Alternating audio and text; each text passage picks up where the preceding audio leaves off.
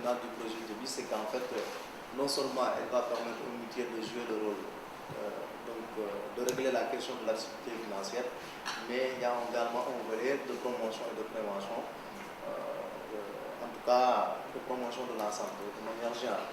Donc le but de cette réunion, c'était en fait de pouvoir valider les populations à cibler dans ce projet Joby, les paramètres sanitaires à collecter, les indicateurs statistiques à générer, les relais communautaires à identifier, ce seront les agents de santé communautaire qui vont aller dans les familles pour recueillir les informations, et ensuite la périodicité des visites à effectuer par ces relais communautaires-là. Parce qu'au début du projet, en fait, il s'agissait de suivre que des enfants de 0 à 5 ans. Après, au cours des suggestions, avec les informations qu'on a recueillies, on nous a demandé d'intégrer le couple mère-enfant. Au niveau des indicateurs statistiques à générer, on a fait un tour de table avec tous les médecins qui étaient présents à la réunion. Ils ont donné des nombres d'alertes à partir des recueils des données, les nombres de cas référés. Là, on a les nombres de cas référés et vus à la structure de santé. Faire des statistiques sur les délais de prise en charge pour voir si ça a diminué par rapport à Joby ou non. Faire des statistiques sur les rapports de morbidité parmi les cas référés. Faire des statistiques sur les nombres de cas de maladies qui ont été décelés de par l'application Joby, la diarrhée, la malnutrition, le paludisme et d'autres maladies. Faire des statistiques par rapport à tous les paramètres sanitaires suivis dans la liste que je viens de donner tout à l'heure.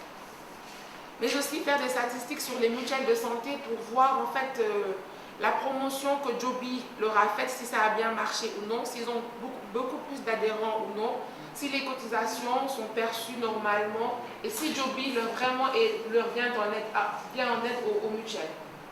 Toujours le but de cette réunion aussi, c'était d'identifier les relais communautaires qu'on va embaucher et qui vont aller dans les familles pour recueillir ces informations.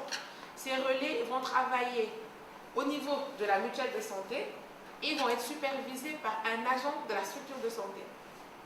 Donc, ce relais-là, il sera identifié par la mutuelle de santé avec qui il va contractualiser. Il se chargera d'effectuer des visites à domicile dans les familles adhérentes selon une périodicité définie. Ce relais communautaire-là, il sera supervisé par un agent de la mutuelle de santé et par l'infirmier chef de poste, qui sera le responsable de l'application au niveau de la structure de santé. Voilà en gros ce qui s'est dit lors de la réunion des médecins. C'était le vendredi 17 août au niveau du RES. Est-ce que, avant le démarrage du projet, on a pensé à faire une analyse situationnelle pour savoir la plus-value que le projet aurait apporté? C'est bien qu'on ait ce genre de réunion tous autour d'une table pour faire un peu un point sur les avancées du projet. On est en effet dans une phase pilote et qui ne fait que commencer, donc bien entendu que l'analyse situationnelle est pour nous très importante. Une équipe qui va venir du Japon pour faire une analyse socio-économique. Donc une analyse socio-économique au début du projet et pour voir petit à petit comment cette application, et pas seulement l'application bien entendu, mais c'est le dispositif qui est mis en place autour de l'application, apporte ou non d'ailleurs, parce qu'on est dans une phase de recherche, mais une plus-value sociale et économique dans les régions pilotes. Ce qui pour nous est très important puisque ce sera l'argument à terme de cette phase pilote de savoir est-ce qu'on continue ou est-ce qu'en fait il n'y a pas assez d'impact et est-ce qu'on n'a pas juste fait un projet qui est important, qui fait avancer un petit peu le débat sur l'utilisation du mobile dans la santé, mais qui n'était peut-être pas la bonne solution. On a des hypothèses de base, maintenant on les vérifie. Je voudrais partager avec tout le monde ici qu'il y a eu des visites de terrain qui ont été effectuées. Donc il y a peut-être beaucoup d'inquiétudes qui ont été soulevées aujourd'hui qui sont déjà résolues par ces visites de terrain. Les personnes ont été sensibilisées. Mais il y a peut-être quelque chose qu'il faudrait que l'on rappelle, c'est qu'il y a un calendrier qui est assez serré, notamment par rapport à la fin de mission du PAMAS.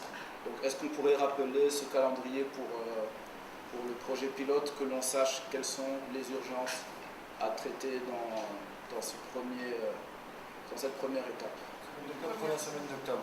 Là, nous allons avoir des ergonomes d'Orange, accompagnés donc de techniciens de UGB et d'une équipe du RES qui va retourner sur le terrain, sur ces zones pilotes, pour affiner les recherches que nous avons conduites jusqu'à maintenant. On a fait des recherches situationnelles, savoir qu'il va y avoir des relevés d'informations qualitatives, c'est-à-dire des interviews, des focus group, et aussi quantitatives, c'est-à-dire qu'il y aura des questionnaires qui vont être distribués auprès des différents intervenants pour recueillir des informations additionnelles sur justement l'implantation du système de manière intégrée sur le terrain, pour voir comment on va pouvoir utiliser ce système avec ce qui se fait déjà et en faisant participer toutes les parties prenantes.